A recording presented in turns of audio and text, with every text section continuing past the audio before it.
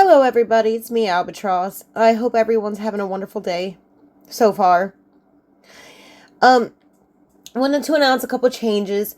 I'm gonna start doing more reaction videos like I used to do. I'm actually gonna start putting my face on screen, things like that, because I know like a couple weeks back, I was kind of like at the end of my rope, to be quite frank, with getting on here and talking about this stuff. I was getting very frustrated, because it didn't seem to matter what any of us did or said. Like the priorities of our society still seem to be just as screwed up. But like the more I ponder it, the more I realize it's like, just because you don't always see the difference taking place doesn't necessarily mean it's not happening. Because like I'd like to go back to one of my older points, that a lot of people believe that there's more bad people in the world than good people. I don't believe that. I just believe that 1% of bad people are being so much louder right now. And the good people have just been groomed and brainwashed into complacence. But and more good people are waking up. And once we, have more and more people wake up, I do believe we will actually start to see a visible difference.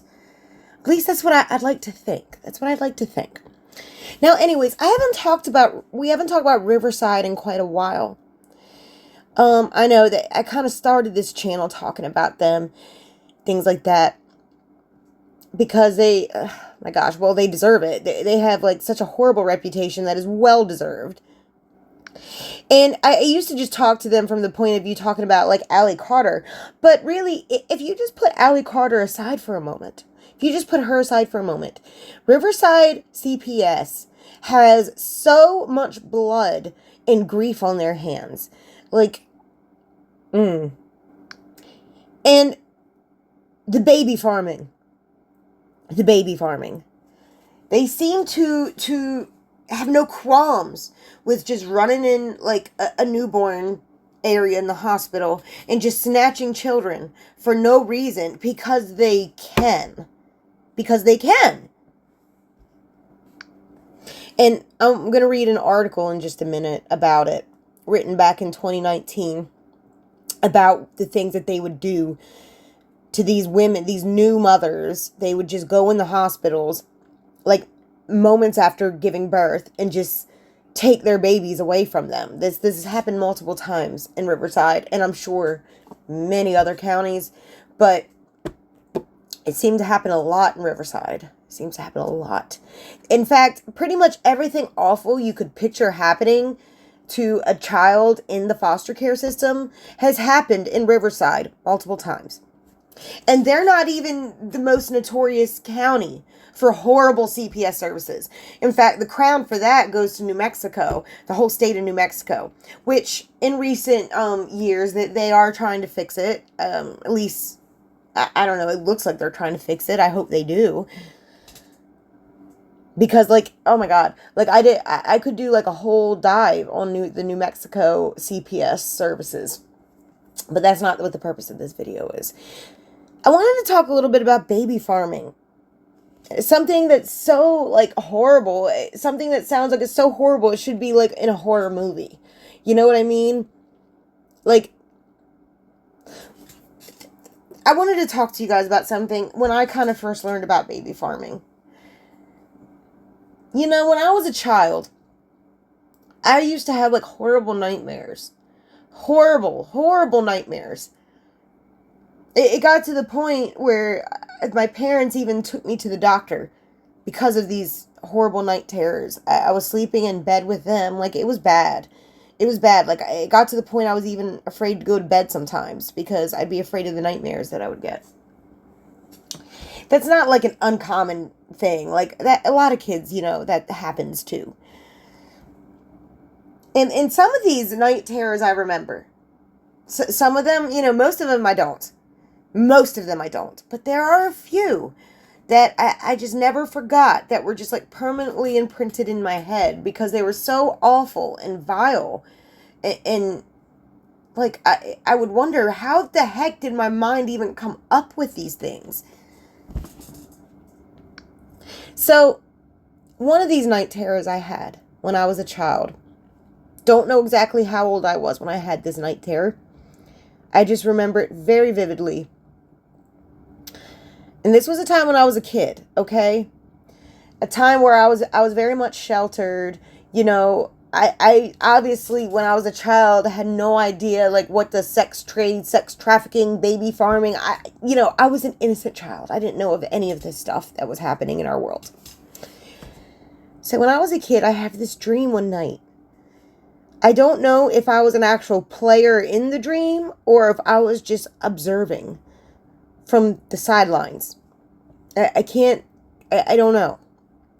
Let me break it down in this dream that I had. That it was in a barn or some kind of shed warehouse from a long, long time ago. Like, the reason I could tell that the setting of this dream was so long ago was because the woman in the dream had one of those hats that ladies wore in the 1800s. Like, it was like a wide brim hat, and it kind of like had tulle that would come down and tie underneath the chin. You know what I'm talking about? And it was all black, like as if she was in mourning clothing. With the hat and the black tulle that would tie underneath her chin. Like that kind of style, like 1800s type clothing. And this woman in this dream dressed like this. I don't remember what she was saying. I just remember like she was feeling like rage and impatience of some kind. I don't know what she was saying, but she was yelling at somebody. And like I said, I don't know if she was yelling at me in the dream or if there was someone I didn't see in the dream that she was yelling at. I don't know. But I'm looking at her in all this rage yelling. Then I look to the left in this shed or barn. And like on this big giant table in these like crates. These crate looking boxes are all these babies in them. These like newborn babies. Tiny babies. Like they look naked and cold. And the only thing I know for sure that's happening there is that something bad's happening and that these babies are being sold somehow. So, as a child, I wake up. I never forgot this dream. And I remember waking up thinking, oh my God, I wonder if that kind of thing happens, like for real. Because, like, as a child, like, I was thinking like that was such like an evil dream. Like it was so evil. And I tried to forget about this dream because it was just like awful. It was like, I don't know how I knew. I just knew that those babies were being sold for nothing good. Like, I don't know what for, but it didn't feel good. It didn't feel honest. It really didn't. And the last few months, I've been like really like meditating. I've been trying this thing where I'm meditating on all these old dreams that I used to have as a child. Because I've had some really freaking weird dreams as a child. That was just one of the many. Of course, what makes this particular dream unique, in my opinion, is the fact that it's based in the 1800s. Like, I've never had any dream quite like that, where it was like in a different time period than the time period I'm living in. You know what I mean? Like, it was just odd. The whole dream was odd.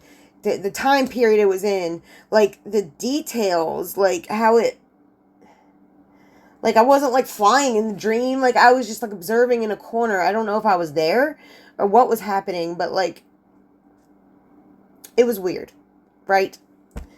So, and I talk about these kinds of topics. And to be honest, I just thought of this dream, like, again a few months ago, and keeping in mind that I'm well aware of the baby farming industry that happened, the black market babies, the things like that. But I started thinking about something. I'm like, okay, but this dream I had was very strange, because I know that this is happening now with the babies and stuff. But in my dream, this was very much like over 100 years ago, like in the 1800s. Like, the lady was wearing an outfit from the late 1800s, like and it was all black, as if she was in mourning or something. It was very strange. So I start like looking in, like I asked AI, was baby farming a thing in the 1800s? And like come to find out, like it was a huge thing in the late 1800s, particularly in the late Victorian era in England. I mean, it happened in the US too, but like it was a huge thing in England because of the ratio of the poor to the rich. Like, there were just so many poor people in the Victorian era.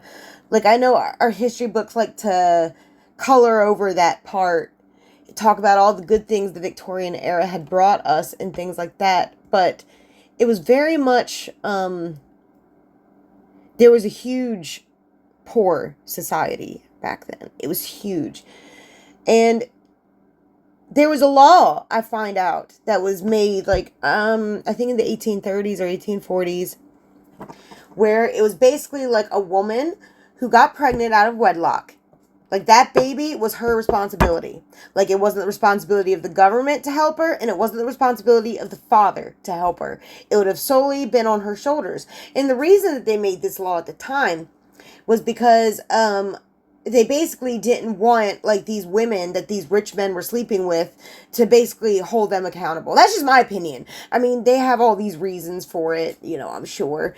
And it was very sad because when they made this law, there was only like 2 men in that whole political hearing that said, well, what are these women going to do?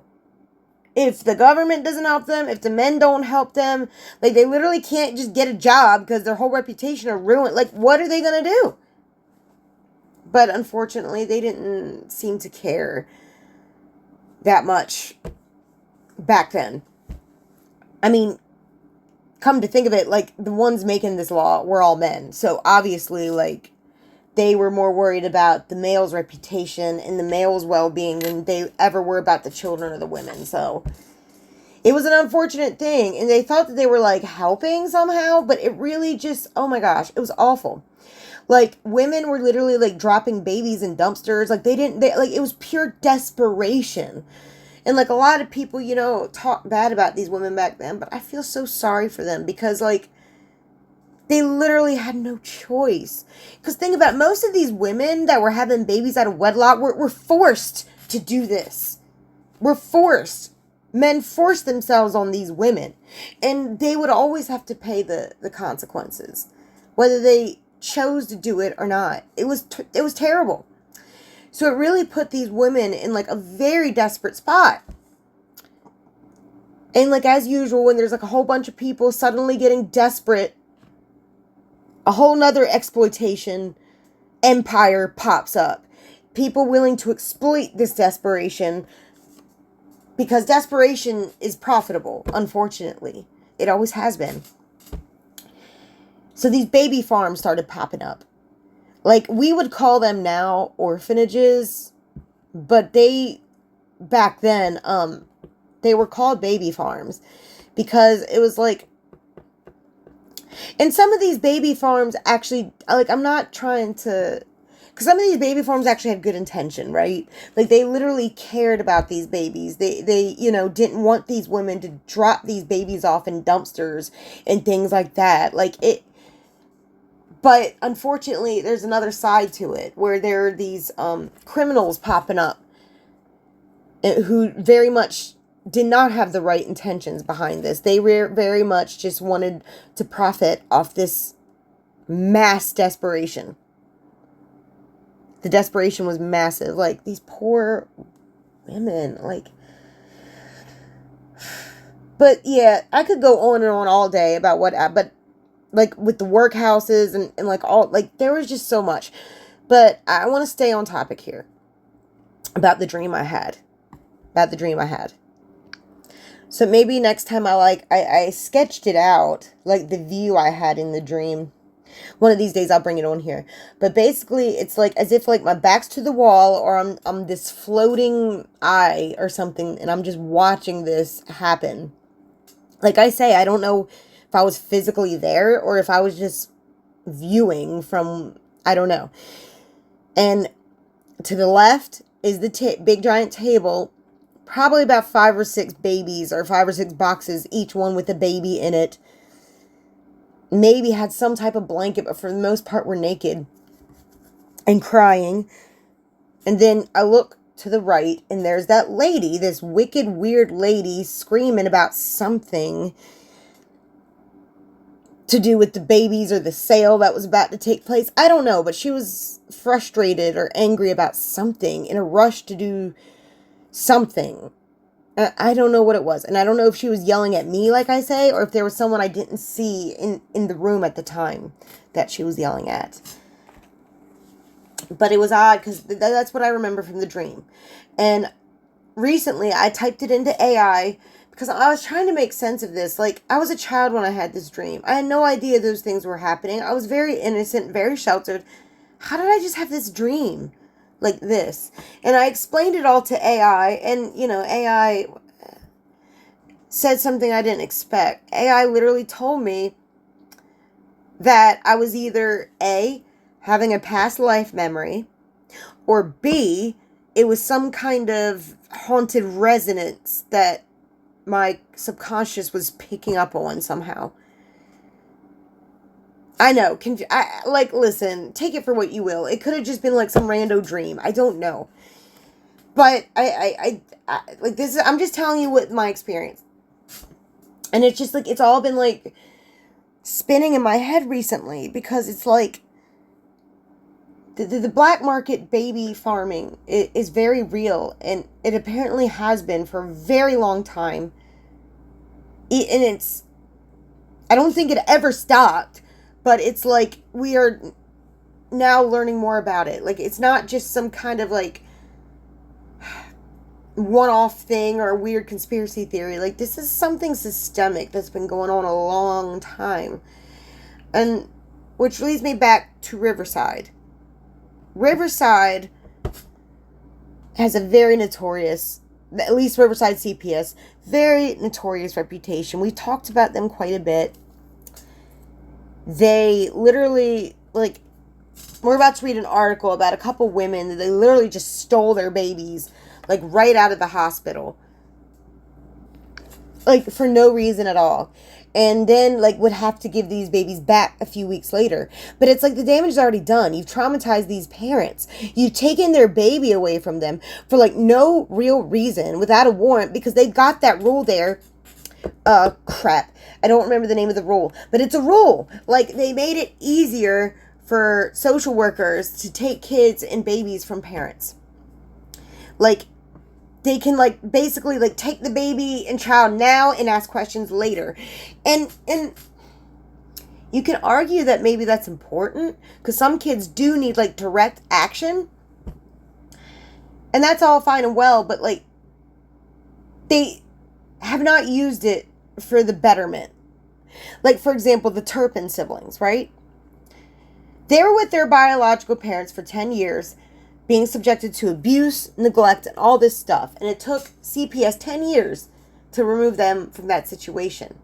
And if you know anything about the Turpin case, they basically took them from their biological parents who were abusing and neglecting them and put them in an even worse situation. And the foster parents, like, were doing horrible things, like making them eat their own vomit, locking them up, like, just horrible things this foster family was doing to them.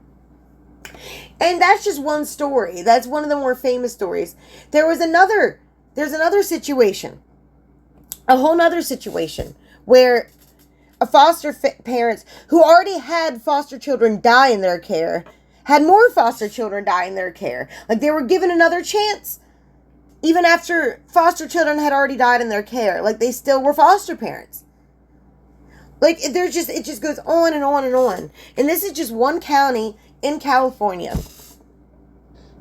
Like, I guarantee you, like, a lot of people don't quite understand, like, how easy it is for social services just to walk into families' lives and just uproot kids, destroy families, rip them apart. How easy it is. And then the times when they should do it, they don't. Like, there is very much, like, something happening behind the scenes. And I'm not blaming the social workers, because social workers can only do but so much. They can only do what their superiors let them do. And a lot of social workers are blowing the whistle on it, too, because they've had enough. They're like literally unable to even do their job because of these weird ass agendas going on behind the scenes. And to those of you who've been like watching my videos, like one of my like oldest videos I have on here, one of the maybe in the first 5 videos I've done, I talked about this case with Riverside.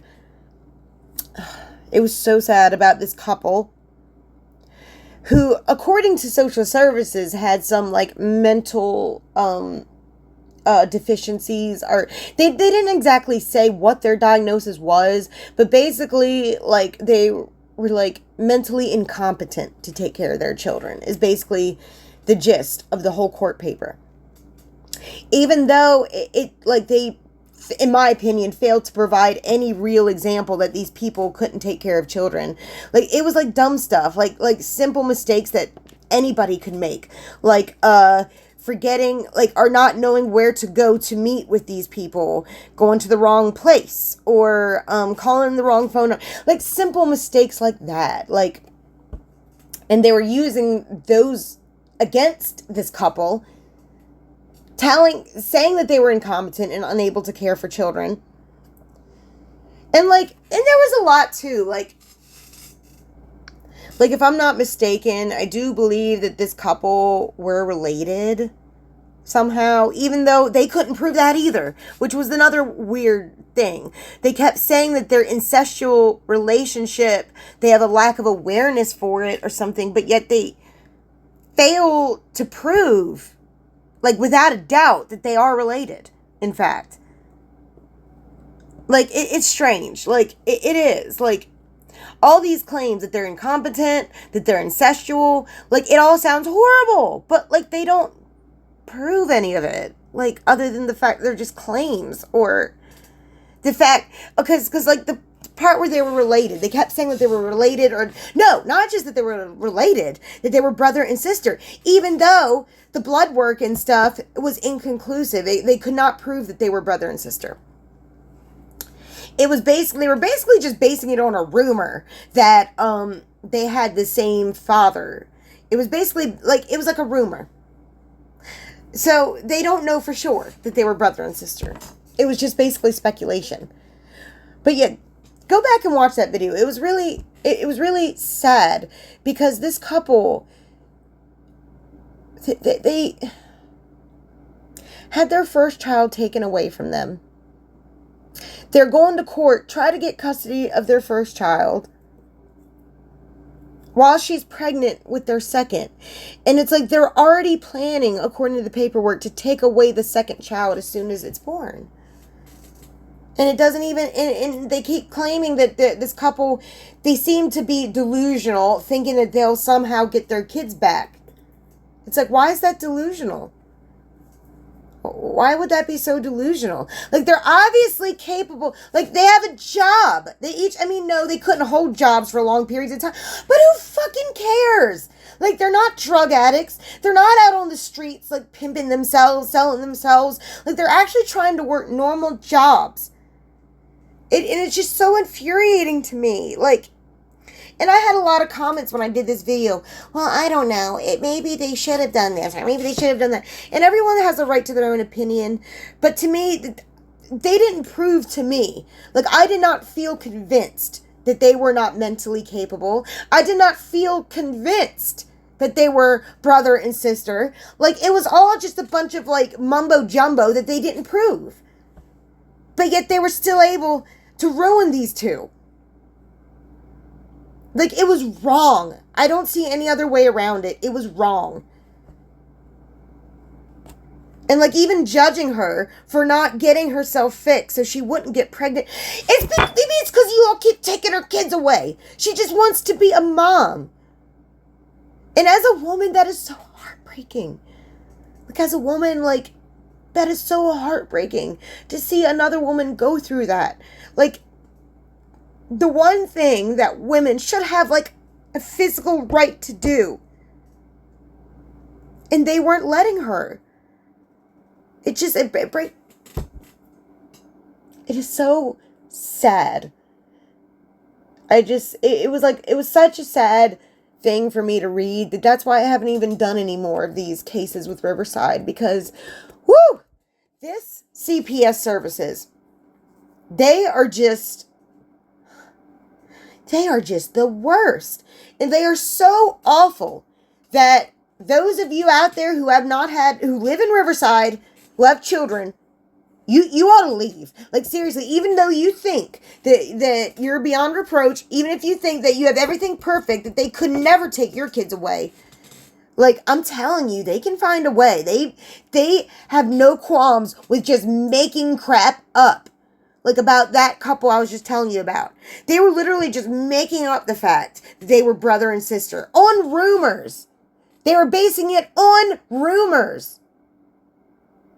On, like, second and third hand information. Like, the cousin's cousin said, oh yeah, well, they have the same father. And they tried to get blood work to prove it, but they couldn't. The blood work couldn't prove that. So I'm just saying, it's just, they can do this to anybody, and they have done this to just anybody. In fact, let's read the article. Here it is. Okay. This article was written back in 2019. Okay. Riverside County CPS takes, quote, thousands of babies, lawsuit claims. Okay, in Riverside County Child Protective Services, taking newborn babies away from their mothers without so much as a warrant. Okay, that's what federal class action lawsuit filed last week claims.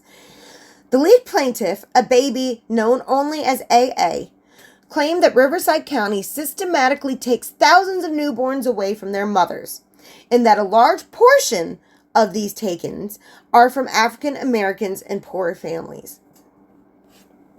And it's more likely than you think. Believe it or not, this claim isn't new, either in general or in Riverside County.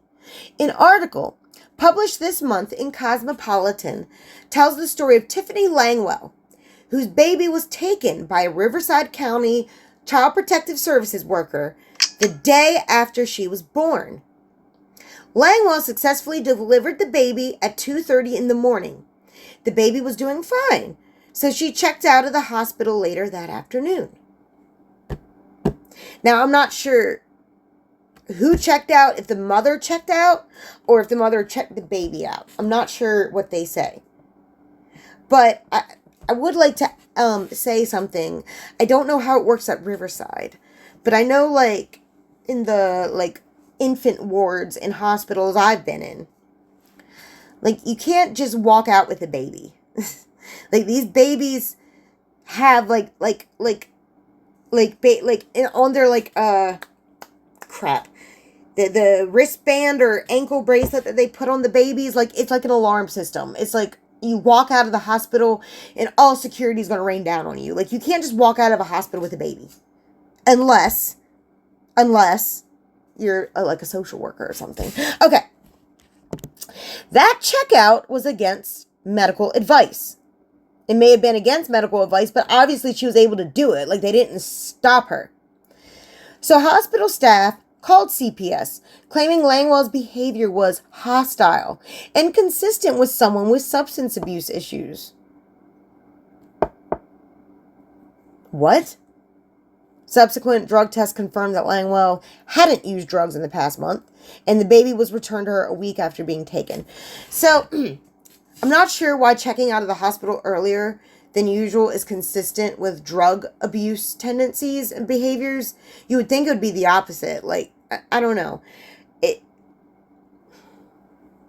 But if they really didn't want her to leave with that baby, they could have stopped her. Like, a lot of people don't know this, but until that baby is, like, discharged from the hospital, that baby is the hospital's property. Make no mistake. Until that baby is discharged, that baby is owned by the hospital. It is that hospital's property. Okay? Trust me when I tell you.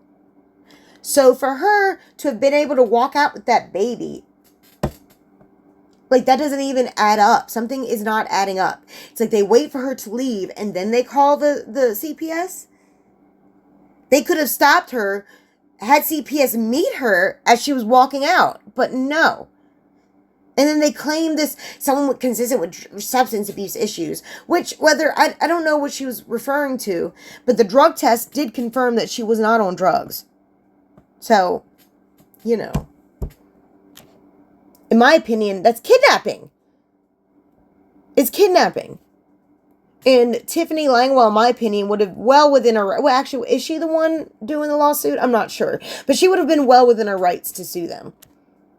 I'm not really sure if the Langwell was the baby or if she was the mom. I'm not really sure.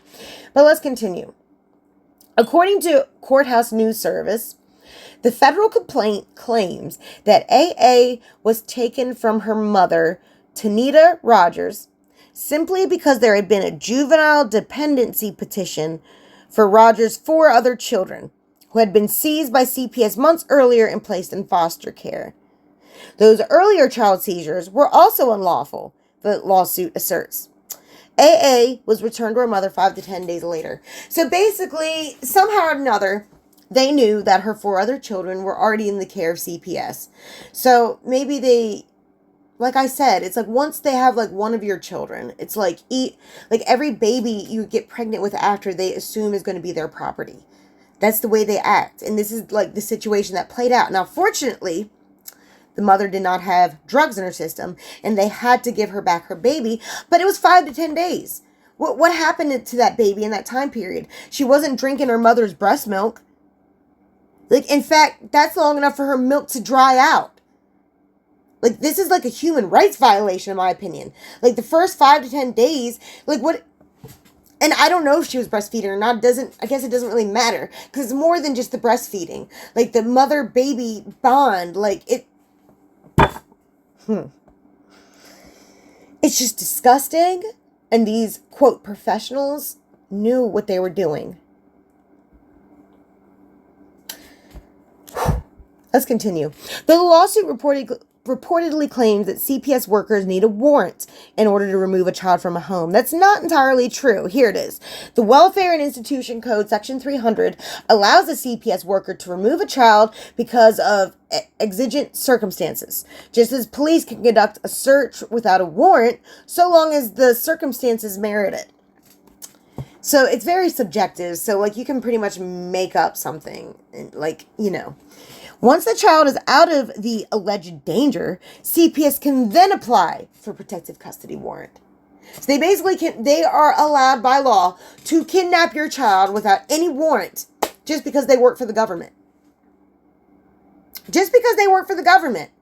They are saying that they know better than all the other parents and they can decide what children to take, what children to leave, because they're the government and they just know, right? They just know better than we all do. They just know better. And like that, and a lot of people don't realize that. And people don't realize how lucky they are. Like, I don't care how perfect you are, how perfect your life is, how financially stable you are. If your baby you're giving birth to matches whatever some rich fuck wants, they will find a way to take that baby and get away with it. And this is why things like this should bother everybody. Because this could happen to anybody. It could happen to anybody. And it does happen all the time. It happens all the time. But plaintiff's lawyer, Sean McMillan, told Courthouse News Service the county has failed to adequately train and supervise its CPS workers. He also said that the county has failed to implement any policies or procedures to protect the Fourth Amendment rights of children and the 14th Amendment rights of parents in circumstances similar to those presented in the present lawsuit. The suit seeks an injunction that would prohibit Riverside County CPS workers from taking more children. It also asks for compensatory, statutory, and punitive damages for civil rights violations. Lawyers for Riverside County did not return Courthouse News Service's request for comment. Of course they didn't.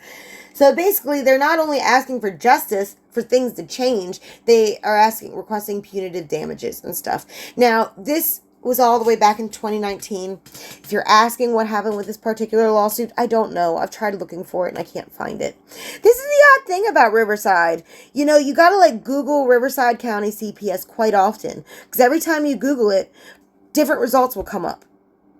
And you know, you just gotta do it constantly if you want to find anything like controversial. The more controversial, the harder it is to find. I still haven't found the full court docs for the Turpin siblings case. They like, it's, I don't know if it's Google or what it is, but they make it very difficult to find this stuff. That's why you gotta like Google it constantly. Constantly.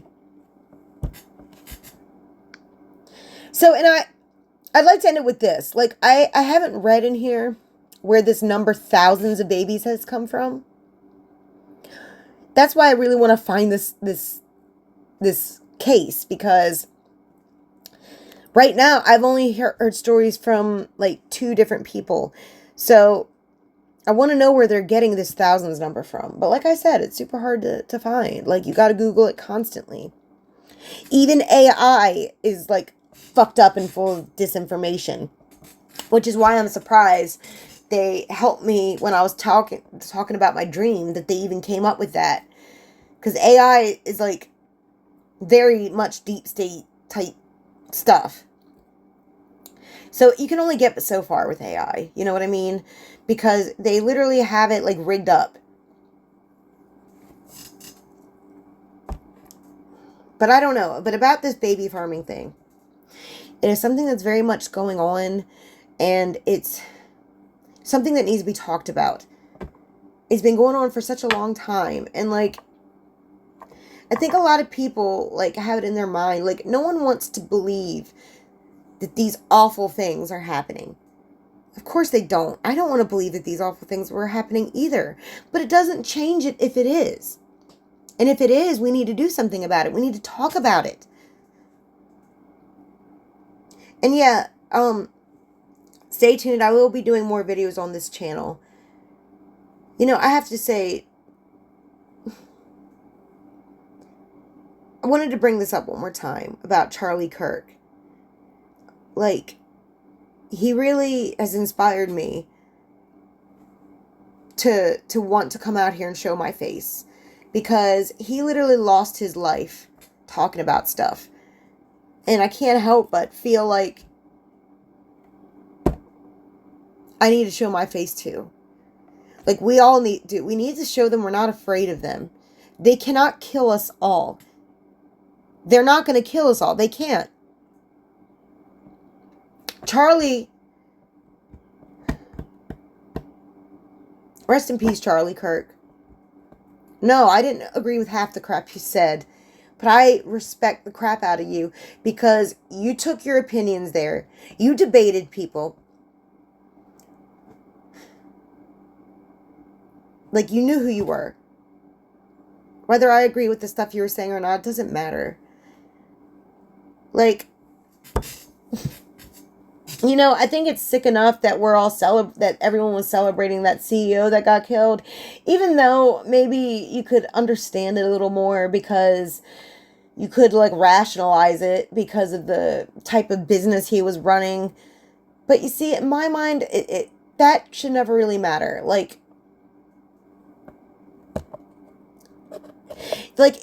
if you literally think that just because someone, like with Charlie Kirk, for example, that it's a good thing that he was killed simply because you don't like the stuff he said. You don't like the stuff he said. They were just words. Like, you can't say one thing Charlie Kirk ever actually did to hurt people other than with words. With words. If he can get shot for his words, all these people out here celebrating, what makes them think that they're not, the same thing wouldn't happen to them? Like, that's not the way it works. Like, how arrogant and ignorant are you where you think your opinion is somehow, like, bulletproof? Like, this mentality that people have, it's really strange and unrealistic. And people need to wake up. People need to wake the hell up. And yeah, that's really all I had to say about all this today, the baby farming Riverside. I know I've covered a range of topics. But yeah, so that's really all I had to say for today. I hope you all get louder, stay safe, and get loud.